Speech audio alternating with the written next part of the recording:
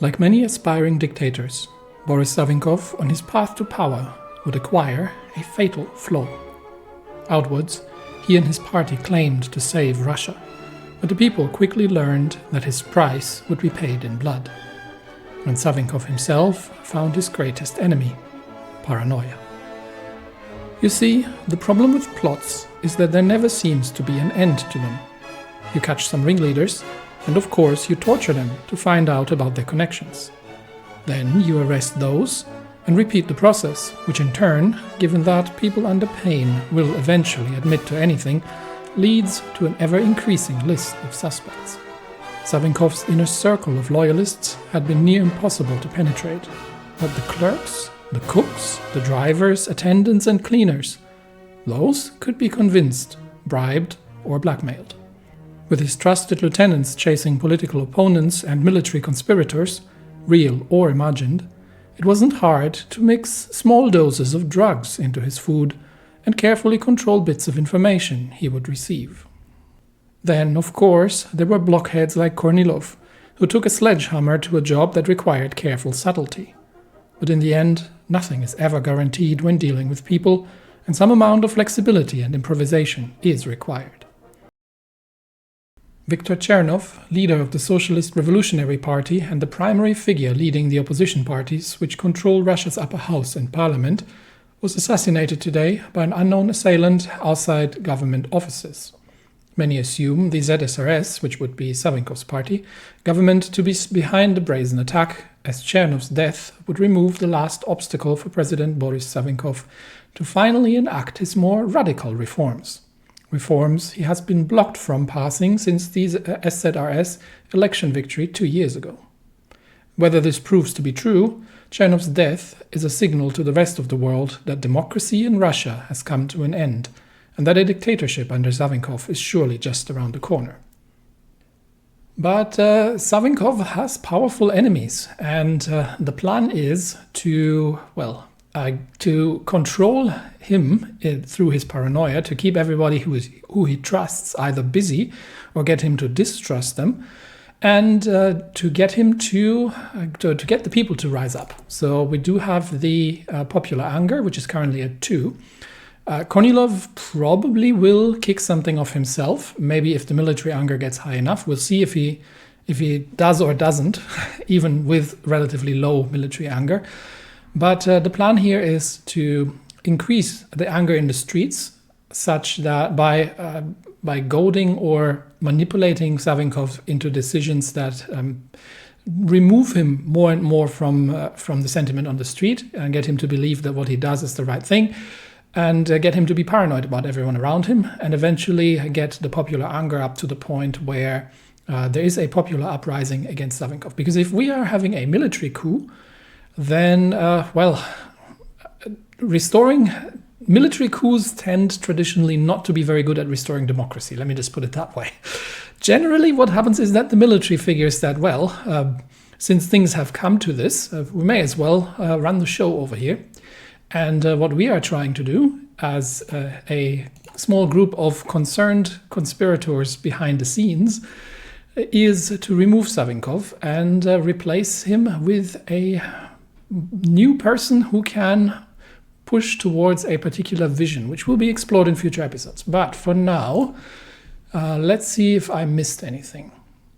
We do have a bit of army experience because we are running exercises, and obviously Kornilov himself is producing Army XP. It's nice to start out with the Chief of Army. So a couple of things we could do. I could change the templates, but I think more importantly, I'm going to start changing some of the MIOs around, because I'm not too happy with what we're currently using. So here, for example, in the infantry, we have a mass production focused designer, but I'm kind of more interested in this one is unavailable. I'm more interested in the high-quality infantry equipment designer, which makes more expensive but better equipment. So I am thinking to change that around. And we are on infantry equipment 1, so I don't think equipment 2 is anywhere. No, it's not anywhere near. but we're not on basic. So we're good here to change that around. So let's get that updated and use this one. Actually, I don't need the I don't have the MIO actually assigned for the production, but it doesn't actually currently make any difference. I might as well assign it once we unlock something, but then we'd have to upgrade it again anyway. So just purely by assigning it, that would be 5, but I don't really get anything out of that. And the production line, so from the tech perspective, it doesn't make any sense. Okay, so I don't actually need the army experience for that. I just need to change the equipment around. Now here we do need to use this, so for the support equipment that stays. For artillery, we've got artillery and anti-air. We've got 2 choices. We've got this one, and we've got a more artillery-centric designer. So this is more of a general purpose one, which has this is all anti-air, and this is artillery, and this is probably anti-tank. Yeah, so we've got three branches here, and that is going to give us a free dockyard. That they've put some really interesting things in these that I'm still exploring here, but the alternative would be to switch to the artillery-centric designer here. But 10% breakthrough. Let's see what else we get out of this. Production cost, research bonus plus 17%. Okay, it doubles the assigned cost, but it gives a significant research bonus on it. And okay, that's quite fun. What else have we got here? This is free railway guns. Or these are not mutually exclusive. Bonuses for railway guns, and this is for artillery production costs, soft attack. Soft attack's obviously the important one here, and not too much otherwise. Now, obviously, we were going to be slower, but if we were just using this for anti-air, then it wouldn't make a difference because we've got 2 distinct trees anyway that are either for anti-air or for artillery. So. This would be okay. This is also interesting. This would actually generate army experience. Sheesh. There are some really powerful bonuses in here now that I'm not used to. Defense breakthrough and production, 40% production resource. Yeah, on artillery, that might actually be interesting, especially in terms of tungsten. But usually not something I'm necessarily short on. This is quite interesting. So this will gain army experience. So this could boost our because army experience is notoriously short in recent times. So this would not be a terrible choice as well. I think I might actually stick with this. What else have we got? So we'll leave these on this one. We've got the heavy tank designer here, which is what I wanted. And on the trucks, we currently got the, again, mass production designer, but I'm going to switch that to the heavy mechanized equipment because this one's got some really interesting bonuses down here. Reliability breakthrough. You can get for quite a steep price in resources and everything else. I could get 30% extra hardness on these things, which would be quite nice to have, and 25% breakthrough as well, which would be really quite nice. So for the offensive, and we've got a couple of 75 political power, sure. Minus 10% fuel usage, yes, that would be quite impressive. So I think I'm going to switch that one around to the heavy designer, and we've got the trains. Trains are actually running on the artillery designer, which is nice. That gives them a bonus here. And we've got fighters, and we've got the CAS production line. These production lines are waiting for an actual upgrade once we design a plane that's worth producing. But let's have a quick look what designers we have here. So we've got this one seems to be like a general purpose. So this is production. This is purely production output. Production resource, production resource be quite nice, honestly, because we are going to be notoriously short on. We're going to be notoriously short on rubber, especially if we're going both mechanized and aircraft. So rubber is going to be a massive problem. What else we've got? We've got an aerial superiority designer, which is, so this designer here is doing pretty much nothing for. This is a pure quantity designer.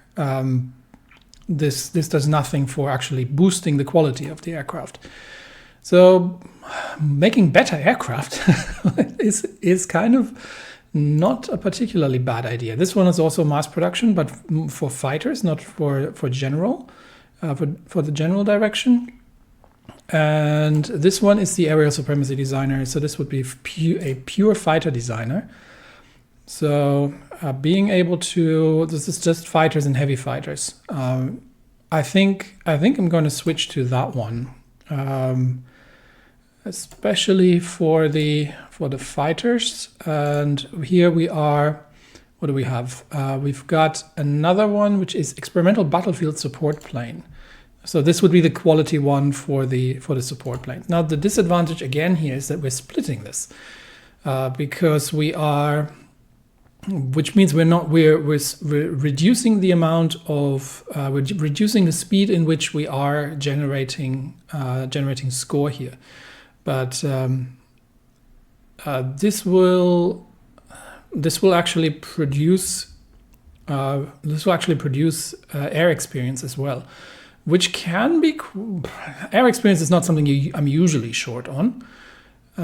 So just making more fighters, but not making them any better, or making better or focusing on quality for.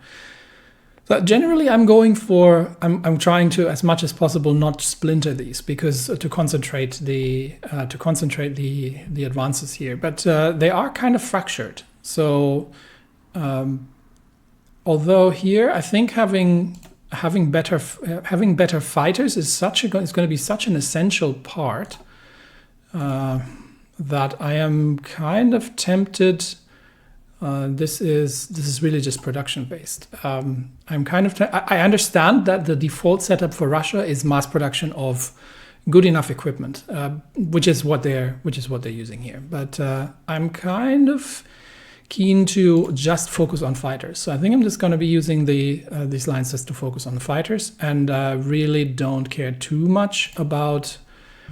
We've got submarine convoy, and the rest is what's this? Cruisers, destroyers, and cruiser destroyer. So yeah, I mean, we're not going to be doing an awful lot with the Navy, so I'm really not too particular about it. Is there anything interesting in here that would give us an advantage, really? Over the regular one is yeah. There's a few things here. I think that's all right. We'll just stick with that, and that means we actually have the arm experience. We can use it for other things. So I'm planning to obviously change more into the Guards division, and the Guards divisions are going to be needing. This is a good starting division. What I'm going to be needing here is support AA, potentially support RT. Although I'm kind of okay with line artillery. We're not going. I have to remember that I'm not planning to go mass assault, which is usually the doctrine. I'm planning to go grand battle plan, because we are going to have to build one heck of a defense against Germany. So yeah, engineer obviously, but flame, AA, and probably hospitals. I'd really enjoy field hospitals, especially on a defensive play. It's not that important on a defensive play, but on once you go on the offensive, you lose a lot. So I'm planning to stack defense. So it's kind of my standard play, grand battle plan for the entrenchment bonuses, and then static warfare. And I do need to find a general which has the defensive, or field marshal which has the defensive skill as well for these front lines, at least for the main divisions that are holding the front lines. But we have a lot of things to do. We do need to construct many things, especially civilian factories. So I might actually throw some more civs in here between once we're getting through there. But we'll save the army experience. I think the other divisions are okay as they are. The tank division is a 16 width, which isn't great, but it's actually not terrible, I'd say. So that's something we can work with. And the mountaineers obviously are short of line arty. And we've got a couple of shortages that in the designs, but overall, as starter designs goes, these aren't bad. These are some very usable designs for any kind of early game intervention. So we might as well just save up the army experience and get the bold attack spirit. I think the spirits haven't changed, so it's probably all the same still. I think bold attacks is kind of my go-to for additional attack on level up. And here we don't need to do much, but getting static warfare is going to be interesting. And obviously here we probably want to get, has this changed? 15% division experience gain. That's quite important. Supply combat penalties on core territory, minus 20%. Ooh, that would actually be quite nice. What do we got? Legacy of the Whites. War penalties, stability modifier, and conscription cost. That's okay. Spirit of Suvorov. 50% medal cost. Not sure how we're going to be on political power going forward, so we will see how that goes. But we've got some lore correct renaming of these. This is entrenchment speed and railway guns and engineers. But I think I generally like the officer course because army XP tends to be in short supply. And we want to get the doctrine done as quickly as possible. So let's see. Anyway, let's continue with the political situation in Moscow, because that's where it's at. Edward VIII has been crowned as King of Great Britain. So he's in Canada, and he wants to reconquer the home islands. Yes, that he can. I am not opposed to that, but we will see how the German Empire will react to the whole thing. Well, first we're going to have crises of various kinds. Okay, so remember Chernov has been assassinated, and despite the doctor's best attempts at the Kremlin hospital, Chernov's assailant died of catastrophic internal bleeding before he could be interrogated. Surprisingly, the investigation was quickly taken over by the 5th Department of the General Chief of Staff of the War Ministry, that is, the military intelligence, under General Field Marshal Lavrov Kornilov, citing the matter as one of national security. Okay. Unfortunately, the department's investigation thus far has uncovered little hard evidence. A Petrograd native, the 34-year-old Leonidov joined the SR in the early 1920s, but has otherwise struggled to hold down a job and lives estranged from his wife. Lived, that is. More ominously, investigators have uncovered that Leonidov met with a German consul only a few days prior to killing Chernov. What are the Germans meddling in? Attempts to meet with this consul proved fruitless, as he evidently left on an unannounced visit to Riga the day after the chairman's assassination. So the Germans, it sounds a bit like the Germans were behind assassinating Chernov, which is interesting because Chernov was actually an opponent of Savinkov. So not sure why, but we'll find out. Though possibly giving credence to the idea of a foreign conspiracy, the investigation lacks any proof connecting Leonidov to Germany or any possible motive for why Germany would want Chernov dead. Exactly. Doesn't make sense politically. They would want Russia to be divided internally and paralyzed as much as possible, rather than having a strong man with revanchist ideas like Savinkov taking total power. In any case, the opposition is becoming increasingly vocal in demanding progress for the investigation, while the general public is growing more convinced that the government had something to do with Chernov's murder, which makes a lot more sense. So what I'm suspecting here that Kornilov is doing is that he is weirdly enough deflecting or trying to deflect from either he's trying to deflect the blame from the government, which would give him maybe like a leverage of sorts, or he is intentionally botching up the investigation, because nobody ever believes that, in order to create public unrest over the government. What is Kornilov meddling in? Well, I think time will tell. And we are really going to be needing trucks, because this front line is not going to happen. So I think what we'll do here is we'll concentrate parts of the troops around the supply hub here, and the rest of the troops is going to be concentrated around the supply near Verny, as that's literally all where we have supply. It's not that we don't have supply hubs. The problem is that we can't get the supply to the front line, simply because we're pulling it via horse and carriage, which isn't working out. So let's get the divisions reorganized. How's the rest of them looking? Okay, wait a minute. Before we get to more things, let me have a quick look first. They're still underway, so this looks all right.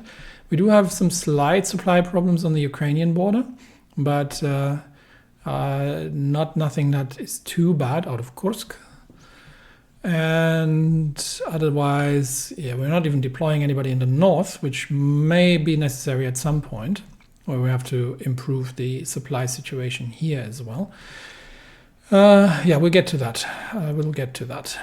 Anyway, back to Moscow. Alexander Kerensky, former leader of the Russian Provisional Government until its overthrow began the Russian Civil War, so he took over after the Tsar, and held by many as responsible for it, has leveled charges against the Savinkov government that it is dragging Russia on the road back to tyranny. Well, it's not without merit, destroying all the progress Russia has made since its victory over the Bolsheviks. The former president has leveled particular criticism on the government's decision to hand the investigation of Chernov's killing to General Kornilov, a move that Kerensky has caustically described as like putting a fox in charge of the hen coop. As for Savinkov himself, Kerensky did not spare his former Minister of War either, stating that this serpent, meaning Savinkov, will strangle Russia's freedom today in a manner he failed to do with Kornilov 20 years ago. So yeah, that's kind of what I was thinking, that Kornilov might be trying to put the government into a bad light, maybe. This isn't the first time that Kerensky has commented on Russian affairs, but as the years have passed, so has the shock value of his pronouncements. Having alienated even his most fervent supporters in Russia during his brief stint at the country's helm, he did not do particularly well, because I think from memory he decided to continue the Weltkrieg, although that might have been in the original timeline.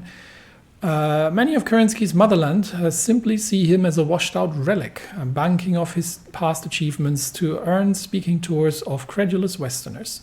Kerensky is currently living in exile in New York City. Well, that explains a lot. And while his most recent batch of inflammatory statements has made the rounds in American and European newspapers, they have been all but completely ignored within Russia itself. So much ado about nothing. We have exiled people who are running their mouths to get some attention and speaking fees. All right, nothing is new. We're still short on fuel, but the air wings should be getting there. Yeah, the air wings are getting there, so I think we might be able to complete that eventually. And we get our first operative. All right, let's see who we've got. We've got some people who have multiple possible alignments. Reckless, too reckless, not particularly interested. This one's a commando and an infiltrator. Nice. This one is well groomed, and a seducer. Seducer is so it's commando versus seducer. think I'm going to go with Mr. Bistrolyotov, Dmitry, and we'll start with him. Now, we are obviously only having one operative, and we don't even have a faction, so we would have to do the upgrades in order to get a second one. So I think sending him abroad is not quite worth it, because if he gets captured, there's no way I can actually rescue him, because I don't have a second operative, and I'm not going to be spending the civilian factories on upgrades at this point. So we'll leave him at home for now, and he will be running defense. But it's good to see that we actually have somebody available, and we might deploy him to like a minor country if it comes to it. Then how's the supply situation over here? Okay, that works supply wise. We might send it to a minor country if it comes to it, and then do something there. General Drozdovorsky has fallen ill. That is unfortunate indeed, but such is training during. We're not actually training anybody. So where is he deployed? Oh, okay. A little bit out in the nowhere. It's not snowy there though. It is extremely cold, however, but it's not snowing in the desert. So yeah, he's currently ill. We are starting to build up a bit of command power, but not enough yet to do very much with it. I am going to be in need of a field marshal. Let's have a very brief look at the field marshals. I am going to be in need of a field marshal who has defensive doctrine. So what I don't know, in the base game, there would be the purges. I don't know if there's a similar mechanic here. So until we are clear in our direction of government, I'm probably not going to be upgrading them just yet. He's an armor leader, so for him to have the defensive doctrine doesn't make too much sense. We've got Denikin himself, who has the offensive doctrine, unfortunately. So he would have been perfect with defensive because of the 30% max entrenchment. But unfortunately, he does not have that. So he's already set. We've got Kornilov himself, and I've got Wrangel still. Wrangel has a defensive, and he's a cavalry leader. So we could use him as a... if we can get the infantry traits up, we could use him for the main defensive line on the infantry. Cavalry is not actually bad because it also works for mechanized and motorized. But I don't expect that we have a fully mechanized army at that point. And yeah, we've got Kornilov himself, who is also on the offensive. So alternatively, we might have to promote somebody. And we'll see what we do. But I'm not trusting the alignment here, because some of them are Republican officers. So I do have a feeling that when things come to a head, some of them may actually be changing their either be removed or changing their overall interest. We are making slow progress towards things, but we're nowhere near doing anything yet. We are going to need an air facility. And I don't think somebody mentioned that radar is behind one of the experimentals. I don't actually see that. This is more missile tech. We'll just have a quick look. Where are the radar techs? No, the radar techs are still here. So they are. It's just the trees have been changed around a little bit. That we have the radios and the radar techs sort of separated here. Yeah, anyway, let's get back to the political scene in Moscow. Afghanistan has declared war on the Dominion of India. Now, this is the first conflict in the timeline. The question would be, is there any benefit for us to get involved in this? While things are coming to a head. It's not that our troops have anything else to do. Dominion of India is obviously part of the Entente, not particularly friendly towards us. Afghanistan is more so friendly. So getting Afghanistan to win this might actually improve our because this will eventually become our southern border. I think we are going to be retaking some of these territories here. But having a strong Afghanistan here might actually be beneficial. So let's see if we can support Afghanistan. We can send 2 divisions. Okay. What's the territory? What can we send here? Terrain is hills, desert, and a few mountains, but lots of hilly territory.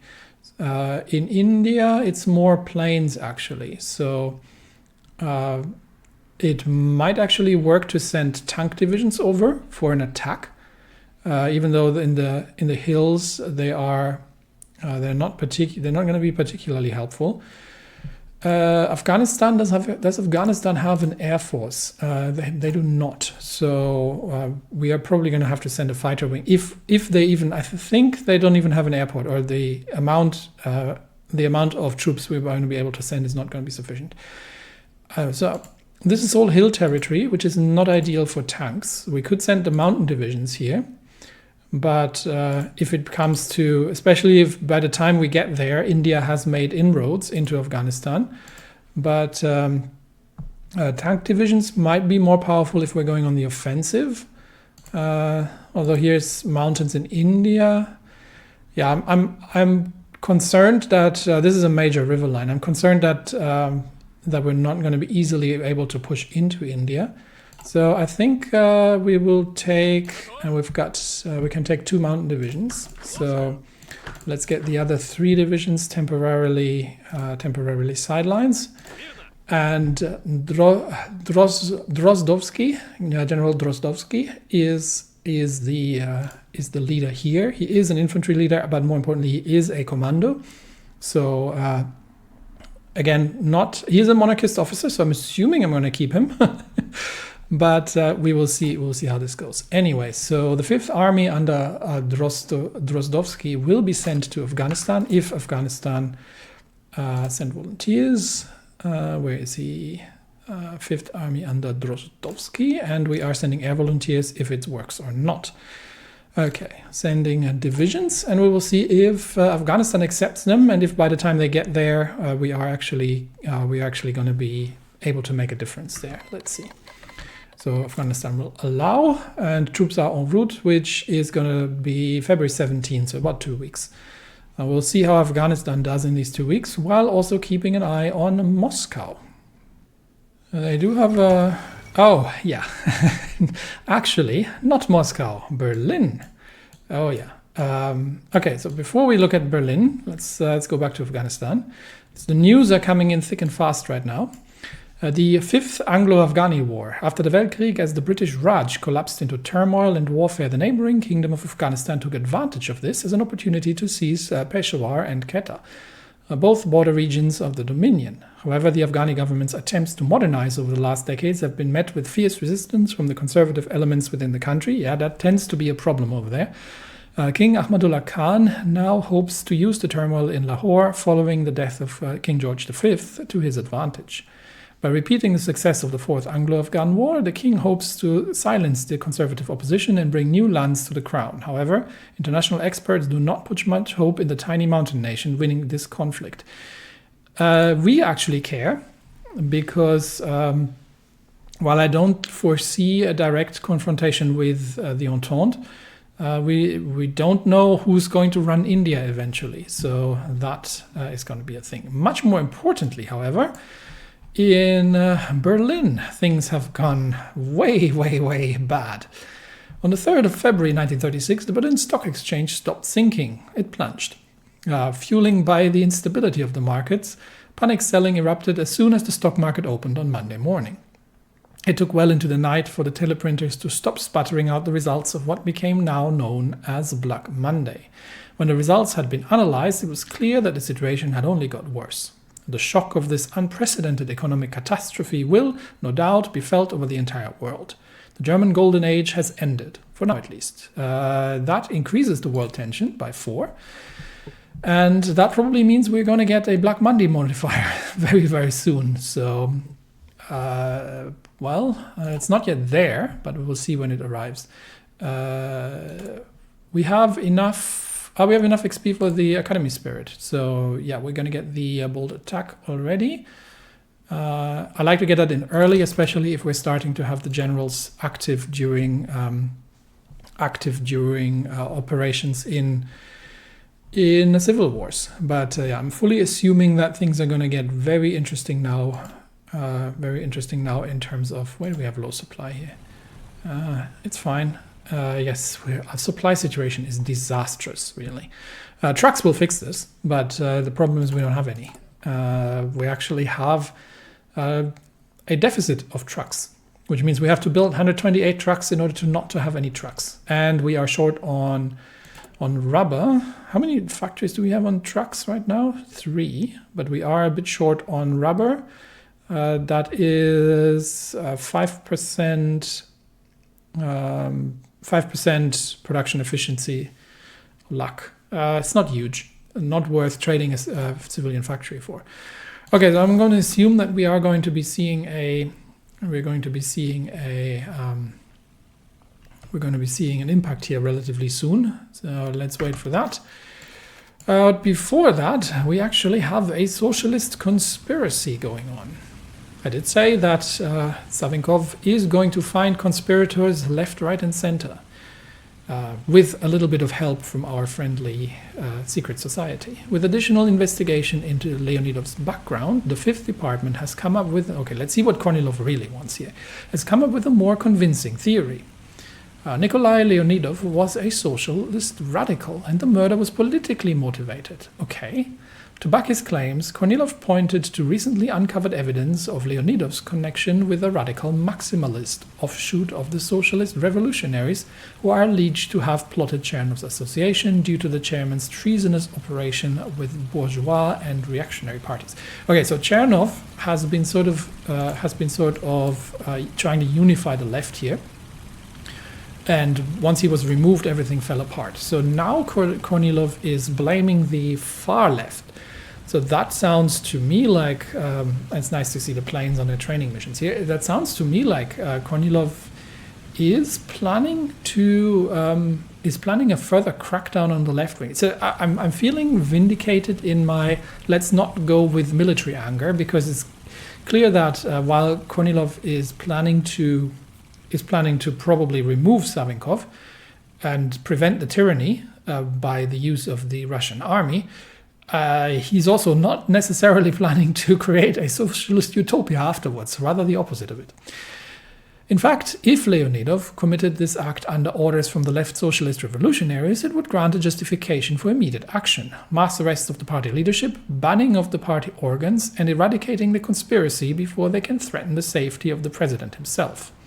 Kornilov has proposed preventative actions against the conspiracy before it can strike again, and has requested the president to activate Article 17 of the Constitution, giving the War Ministry extraordinary powers to arrest any person who may be involved, with the power to crack down on any possible disorder that may follow. So yeah, he wants effectively full police powers. He wants martial law. That costs me a point of stability, and he's no friend of the left, and he's cracking down hard on the left, which actually does help Savinkov. But I don't trust Kornilov not to have his own agenda here. Anyway, 1% base stability, and we are not going to agree to that, because at this point Savinkov does not really trust anybody, I think. And we actually are going to have to stop the air exercises, I think. So let's stop the exercises now, because we might, if we get the fighters deployed, we might need a bit of fuel, honestly. And we are very, very low on fuel. So we do have, it depends actually, we might not need fighters. It depends if it actually more depends if the Dominion of India has an air force.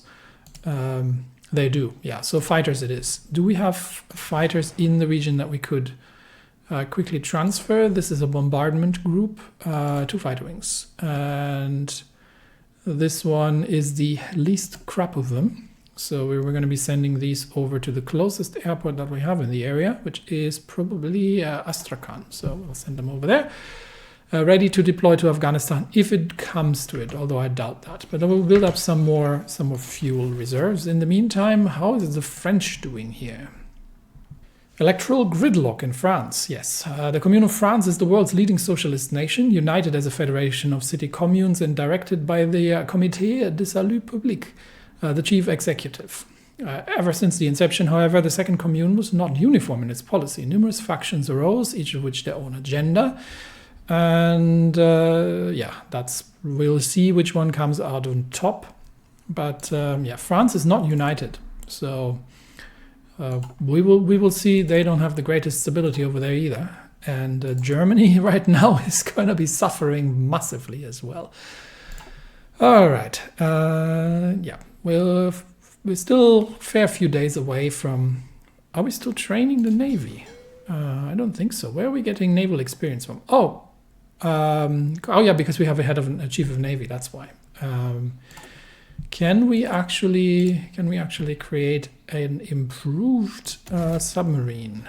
This could get an additional torpedo tube, and we have 10. So we could also get. I think this is the submarine and convoy designer. This is the one that we were using. No, we're not actually building any submarines.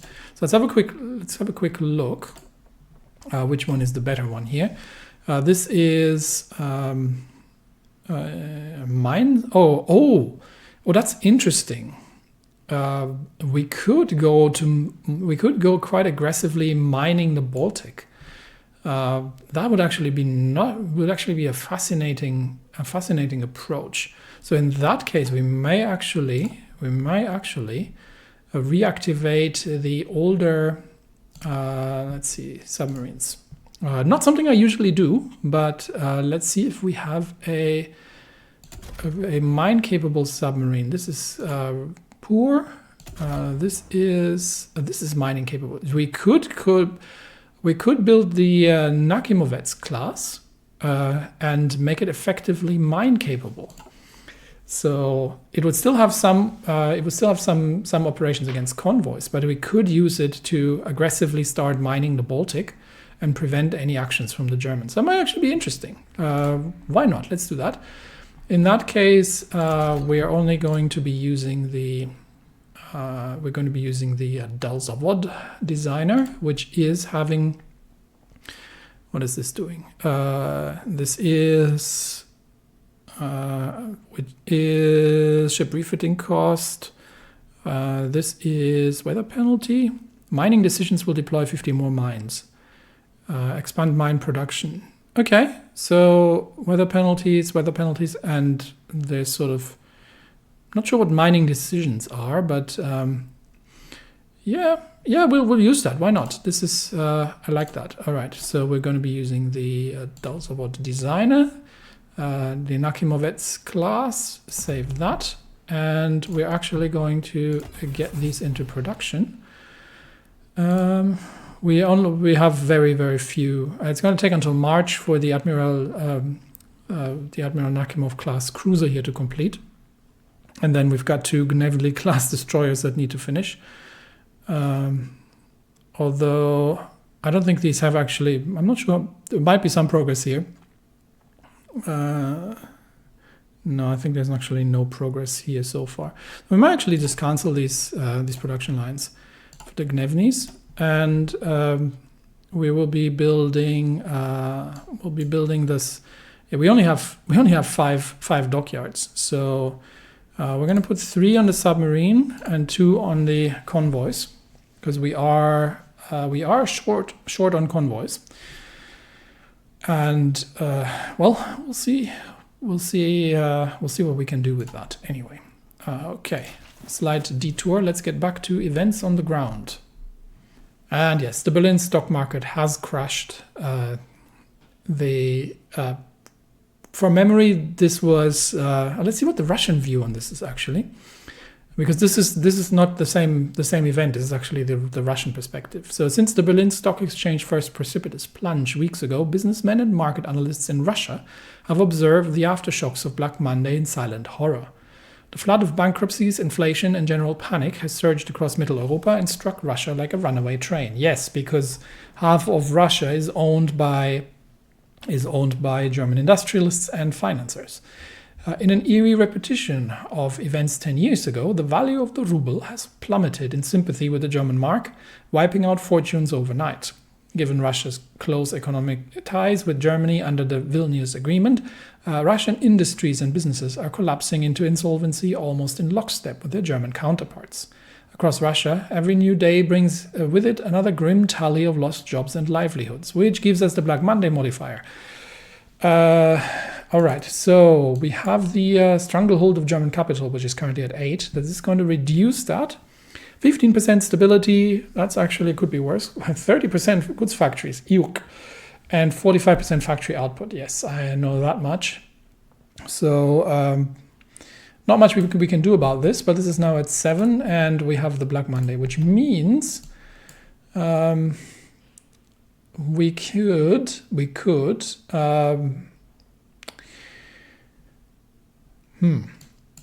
we have two options of dealing with this. So as Savinkov, who we are currently, we could start organizing relief work immediately, which is giving us 10% consumer goods factories, 5% stability, and 15% factory output back. And then there is I think that's a few factories, research bonuses. That's a civilian factory. This is a few decisions. 3 synthetic refineries, be nice. And that's a research slot. That's also nice, but we need 100 factories for that. So it's kind of these two, and something gets 5% soft attack. Putilovets, is that a designer? Yes, that is the tank designer. That is just really, these things are so interestingly connected here that you start finding these things left, right, and center. So that's one tree we can go down to ease off the Black Monday. The other one, which is requiring us to control the Supreme Court, is to establish the VES, and that is kind of 10% research speed, production efficiency cap, and that max factories. That gives us decisions, which give us max factories and 10% construction speed, and that leads to the Voskot program, which I think is just kind of public works, and that will potentially improve the. That will eventually increase the popular anger. So that might actually be quite necessary to go there. However, I think we're controlling the Supreme Court, and this does not necessarily immediately help us. This is kind of more important, I think, because this gives us research, but the 10% factories give us more production, and I'm more construction, and I'm really, really short on civilian factories. So I think, plus I was kind of hoping to get into partial mobilization is going to be way off. That's actually a fair point. So this would give us political power gain, which would speed us up towards mobilization. Is there anything that gets us towards mobilization? That would be a negative, I think. No. I think the relief work is probably going to be the more important one, first of all. But we're going to continue with the Supreme Court, and then we do the relief first, and then probably the public labor programs last. Because I think one of the public labor programs has this has a prerequisite that the ruling party is national populist, and the same here, which means that once we overthrow Savinkov, then this tree is probably going to be completely replaced. So this is going to be going away anyway. So I think we'll finish this off. just in case we this will all go away, but then we'll switch over to the immediately to the relief work.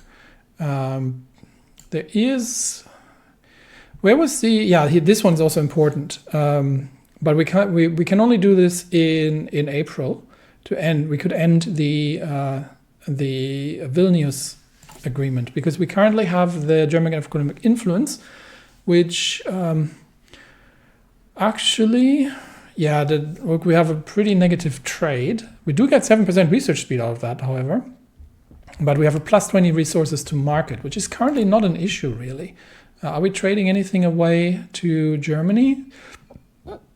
We're not trading. No, we're actually not trading anything away to Germany. So that's really not a massive issue here, I think. Okay, so that can wait. That can honestly wait. We're going to be dealing with the Black Monday crisis first, and we'll see if we can get, if we need this to increase the popular anger. That might be an important part to get there. Let's see. All right, and moving on. Very little movement in the Afghani front. So far not seeing any attempts by Afghanistan to push into India, but their defenses here are going to be very weak unless they can manage to get some troops onto the front lines here reasonably quickly. How's the supply situation there? Terrifying. So this is all going to rely on Kabul and local supply pretty much. We'll see. Okay, their first inroads into India. I don't think the Dominion had their troops ready. It's still going to be a while until our troops are arriving, and meanwhile the Austrians are withdrawing from Italy. So Italy is going to be an interesting case. I'm not sure if we're going to get involved in that, but if we could get Italy on our side against Germany, that'd be quite powerful, I guess. So we probably are. For now, we'll see the next Italian civil war coming up. For now, we are going to monitor the developments in Afghanistan and wait for our troops to be there, which is going to be 3 more days, and then we should be starting to see Russian troops in Afghanistan, and hopefully we can make ourselves useful. And meanwhile, things are coming to a head even more in Moscow. So while Kornilov's theory of a socialist conspiracy does fit the typical Svobodnik narrative and would give the government another reason to crack down on their leftist opponents, the Ukraina director Flegond Klepikov has urged caution to the president. The Department of State Security Protection has been conducting their own shadow investigation and are increasingly suspicious of Kornilov's intentions. Yeah, Kornilov is playing a double game here. Recent reports from the Ukraina regarding Leonidov's background have brought up several irregularities. No nameless drifter, it instead appears that Leonidov has several relatives in the headquarters of the Petrograd military district.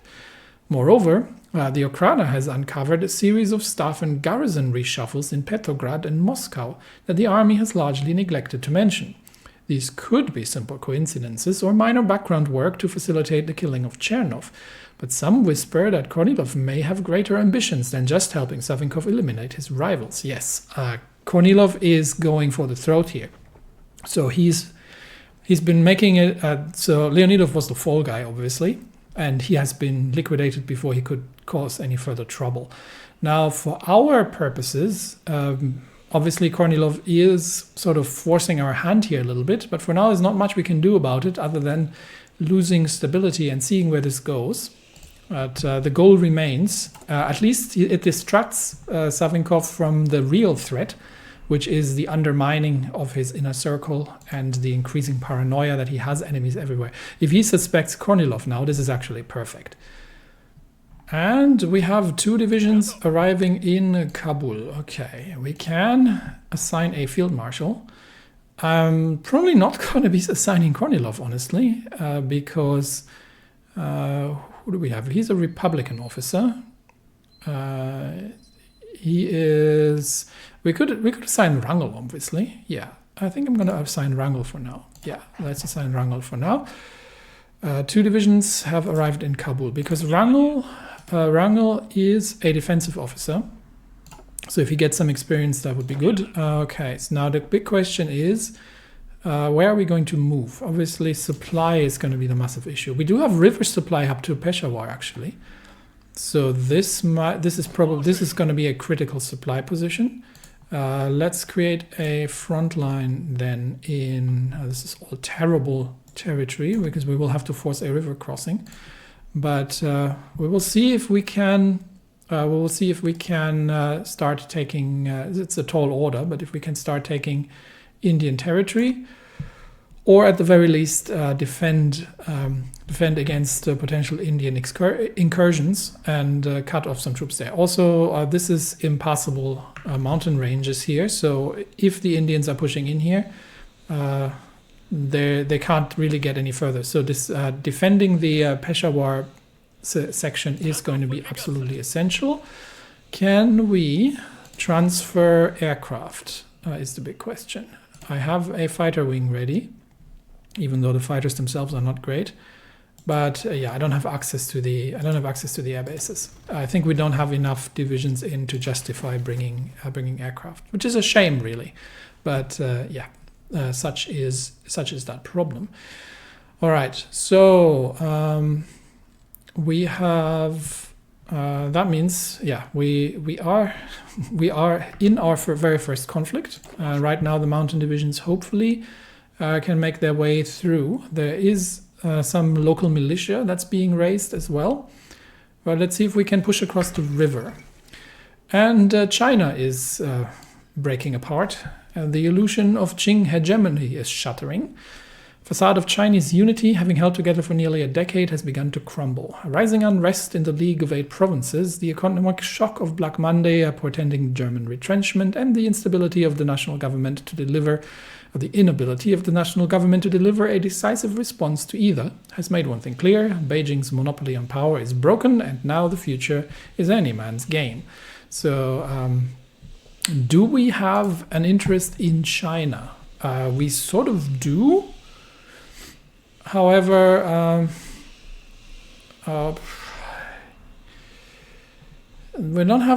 we do have direct borders with China. So having, who are we friendly with in China? Let's have a look. So Qing government, not particularly. And the Ma clique, the Xinjiang clique, and there's all the warlords. We don't really. Okay, the League of Eight Provinces is somewhat more favorable. So we might be sending some support to the League, and if it comes down to that, yeah, the Qing government's no friend of ours, and the northern warlords more so. We will see where the next war is breaking out. In the meantime, we can get our aircraft back on training because we can't send fighters. So. Let's grab the, give me my air wings. There we go. Okay. Air wings can get back to pilot exercises.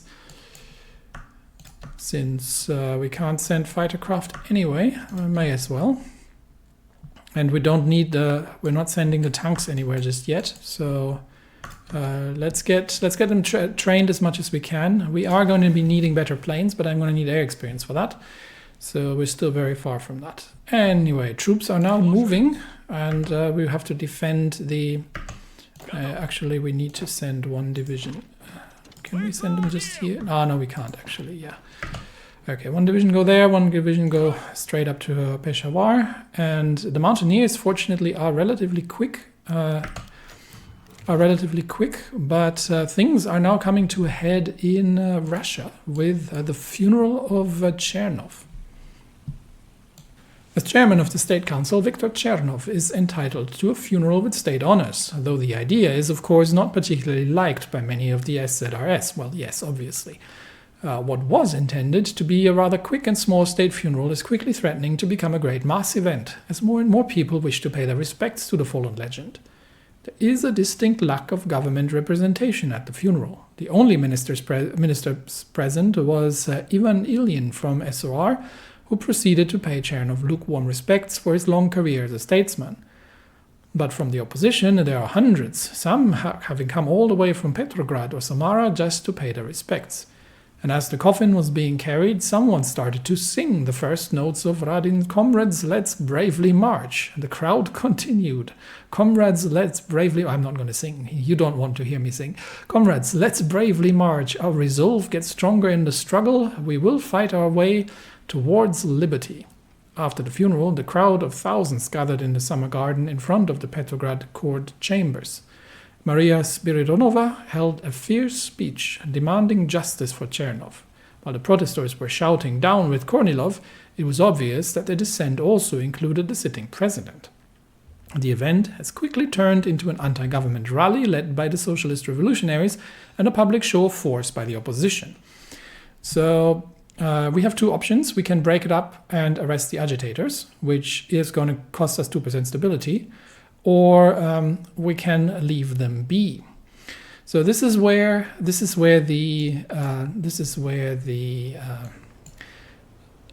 flow of information to Savinkov becomes important, because while this is obvious to Kornilov and whoever is present in Petrograd, the information presented to Boris Savinkov says it's a minor event, and it's not worth intervening. It'll be better to observe and to take note who's been shouting the loudest, and then have them creatively interrogated later on, because this costs me 2% base stability, so we're not doing that. And that gets the social democracy 6%, but that's what we're going with. Yeah. So Savinkov is not quite aware of the reality on the ground and has decided that this is not worth doing so, and to leave it to the secret police later on. All right, back to Afghanistan, where we are moving troops into place. And so far we haven't seen any Indian divisions here. What's a good first target, really? In fact, it'd actually be better if they were attacking in the south. We do have supply here in Peshawar. We could expand from here, but the next supply hub is quite far away. So we're almost at Lahore from there. And this is all plains. This is not the best terrain to defend from here.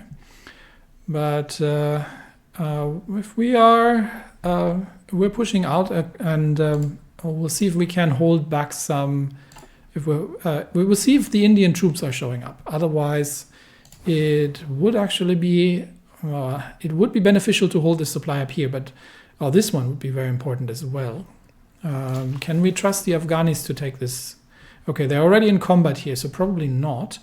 But this could be a secondary deployment. But I am going to be focusing on Peshawar for now, simply because of the importance of the position. All right, first division has arrived on the front lines, but we are not seeing any.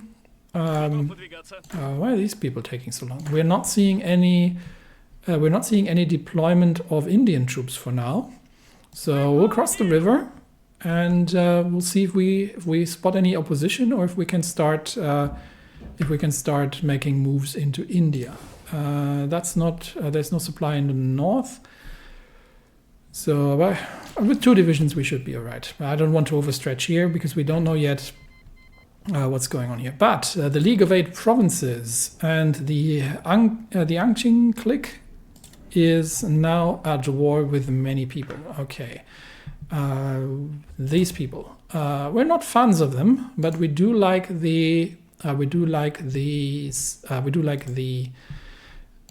League. So we'll see if we can get the League to. They're autocratic. This is in Savinkov's interest. And we'll see if we can assist the League with their fight here. Now, the terrain in here, from memory, is not particularly suited towards any rapid advance. There's lots of mountainous terrain. Unfortunately, I'm already having the mountain divisions that I have deployed over. I think I've got one more. Yeah, I've got one more. We could send that. How many can we send?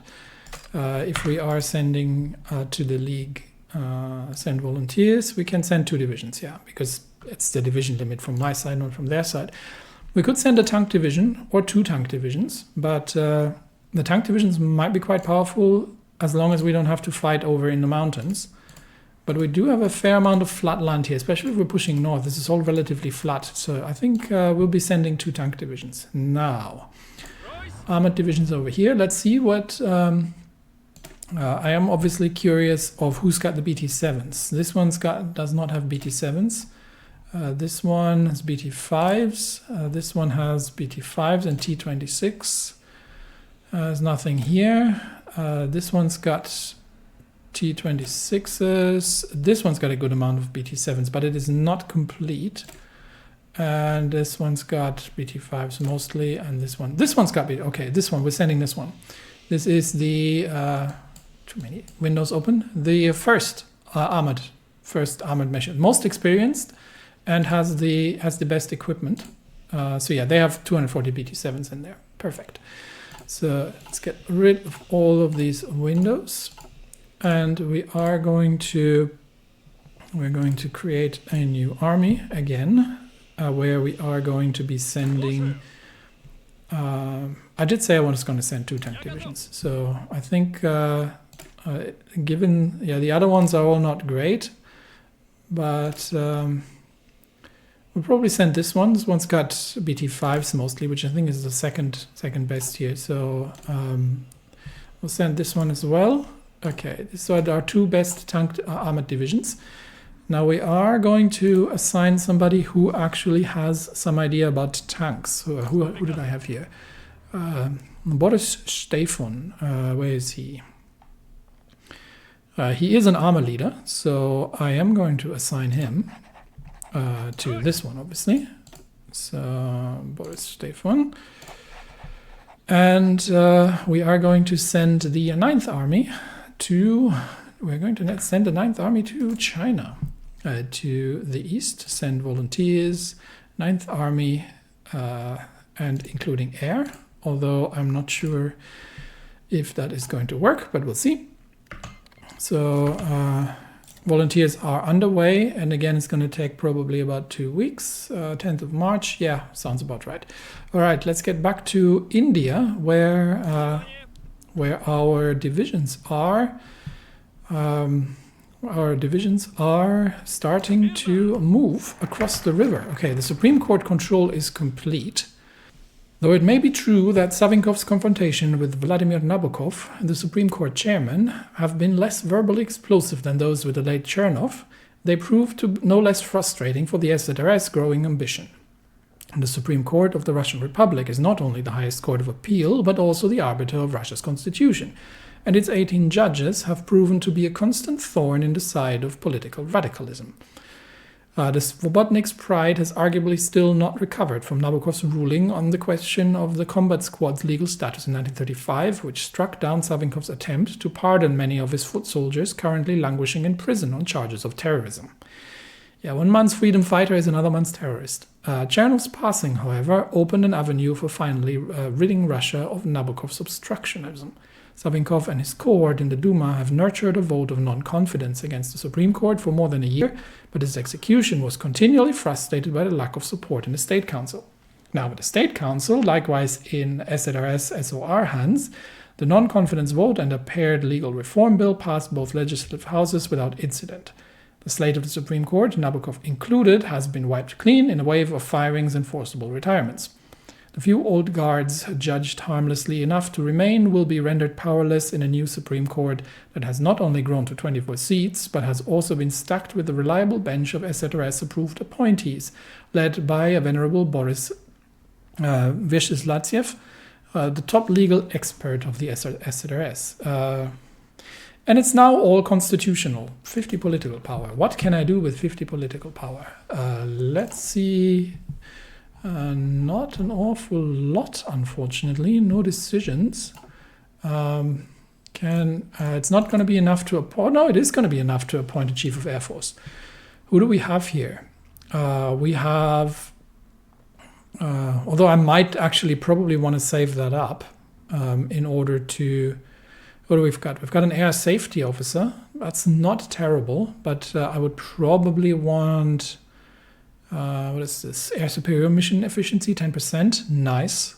Don't need strategic destruction. Air reformer, don't think I'll need him. I think Kazakov would be the right person here. We could get Shishmaryov, but it's also, yeah, probably not worth it. And it's probably not worth throwing somebody into the military high command at this point.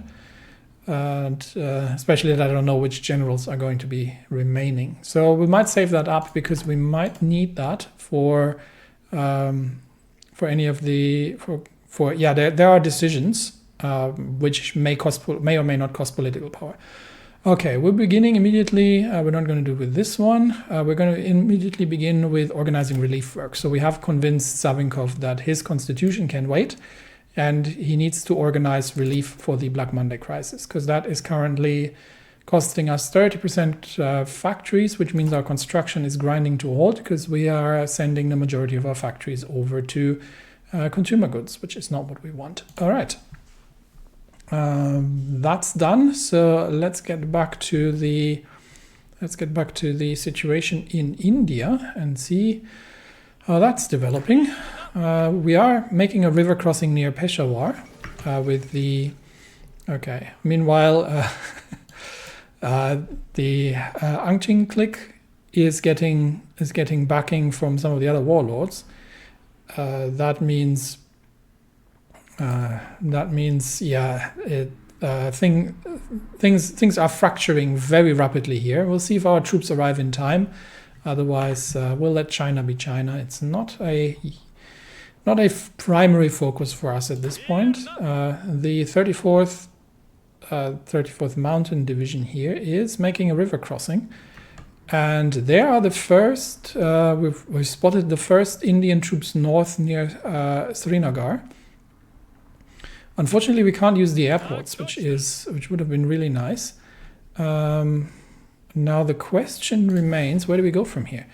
We could try to take the supply hub in the south, and that would rob anything, and holding that would be quite essential. The problem is we don't have enough divisions to securely hold that. Well, what we can do is we can secure the southern approaches here, and we'll just have to keep a very close eye on. Potential movements in the north that could cut off the mountain division here, because we're still waiting for the 59th to finally make their way to the front line. So let's keep going for now. And we will see how that. Okay, now we are getting counterattacked here, so we are going to have to hold here. First fight with an Indian division, which is not particularly powerful. We're still waiting for the other mountain division to make their way in, and we've spotted another Indian division in the south. So we'll see. How's the southern approach going? Afghanistan probably had some more. Could at least take Karachi probably with the forces available to them, but we will see. This is all way too broad of a territory without supply to do anything sensible. So I think what we'll be doing here is we'll hold him off. And things are going badly in southern Russia. So what now? I'm assuming that this is what's meant by southern Russia, but we'll find out. Chernov's assassination has whipped Moscow and Petrograd into a frenzy. But they're hardly the only cities in Russia facing unrest in the wake of the chairman's untimely end. Rumors have spread like a firestorm across southern Russia, whispering that Chernov's death is only the first step in a Svobodnik coup d'etat, and they're not completely wrong. What began as factory strikes in cities like Rostov-on-Don, Yekaterinodar, and Stavropol, among others, I was in the right area, have escalated dramatically in the past few days. Started ostensibly as protest against the SRS, the strikes have quickly drawn in other elements of the region's non-Cossack population.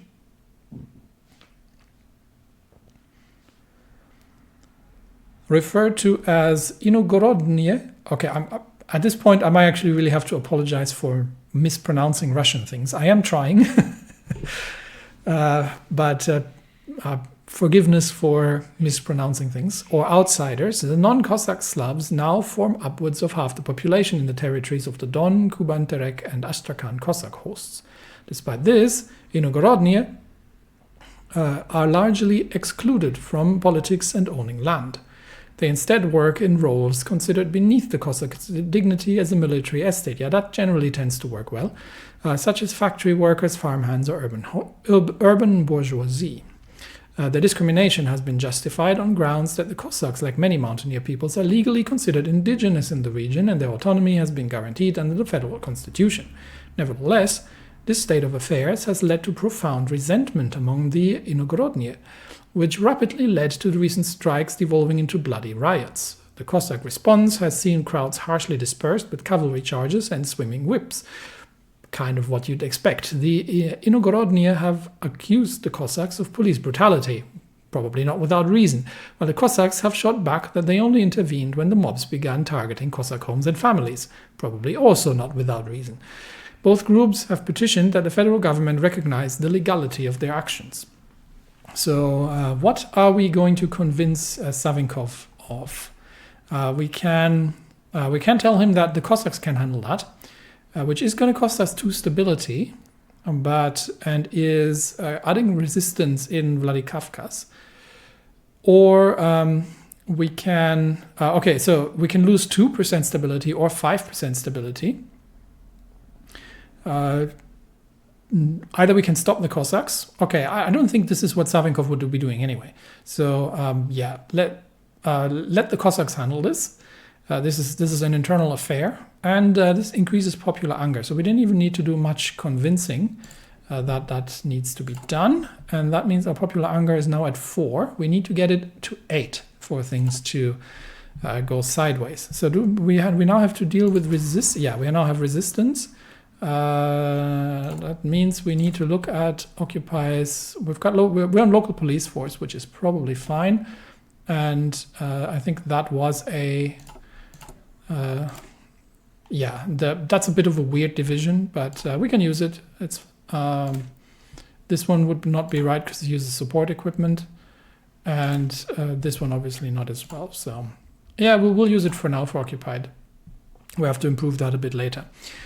Anyway, so that's out of the way. We are getting counterattacked here now.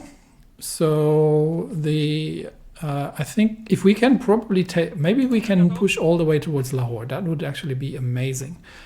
We're doing a very mobile warfare here. I might slow this down a little bit just to make sure we're doing a very mobile warfare here, and I have to keep a very close eye on potential Indian troop deployments. They have so they've been beaten back, and first of all I think we're going to move towards Lahore and see if we can just surprise. Maybe if they don't react in time and we take the enemy capital, that might make a bit of a dent into things. Still Afghanistan pushing in the south as well, but things are once again coming to a head in Moscow. Of course, we are playing chess.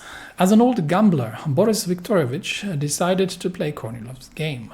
He made a public appearance and commented to the press that there may be a conspiracy afoot against the government.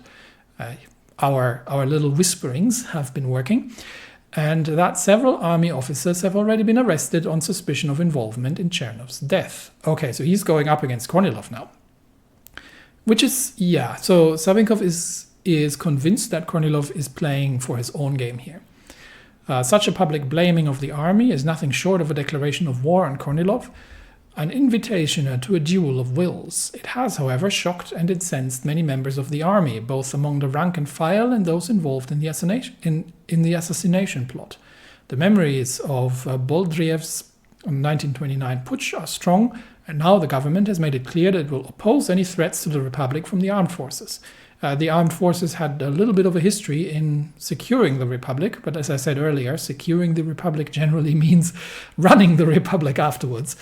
The past few days have seen communications between Savinkov and Kornilov break down entirely. The supreme commander of the army has remained silent in the headquarters of the Moscow military district, surrounded by forces loyal to him, and avoided any response to the accusations of the president. Not giving Kornilov any more time to plot, President Savinkov ordered him to arrive in person at a meeting of the War Ministry in the Kremlin.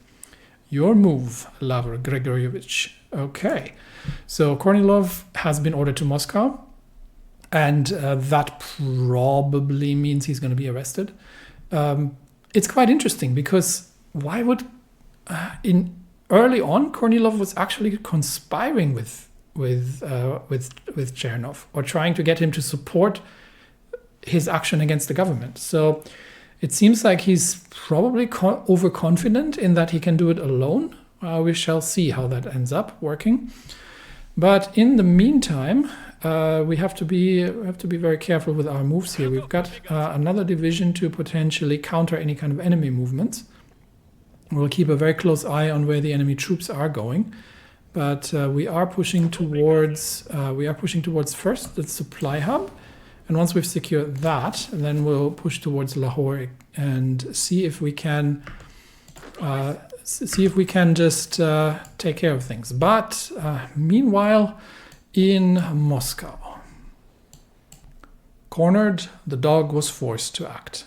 To much surprise, Kornilov agreed to come to the Kremlin personally. After leaving the headquarters of the military district, Kornilov slipped past his intended government escort and instead headed directly to the Kremlin. He was accompanied by a company of Junker cadets from the Alexeyev and Dukhonin military academies as an obviously pre-planned move. Upon arriving, he ordered a special purpose battalion tasked with guarding the Kremlin to secure the Senate Palace and ensure the safety of the president with the support of the cadets. However, Kornilov's hubris proved to be his downfall. So yeah, I was right. He's been overplaying his hand. Proved to be his downfall as much as it was Boldriev's before him.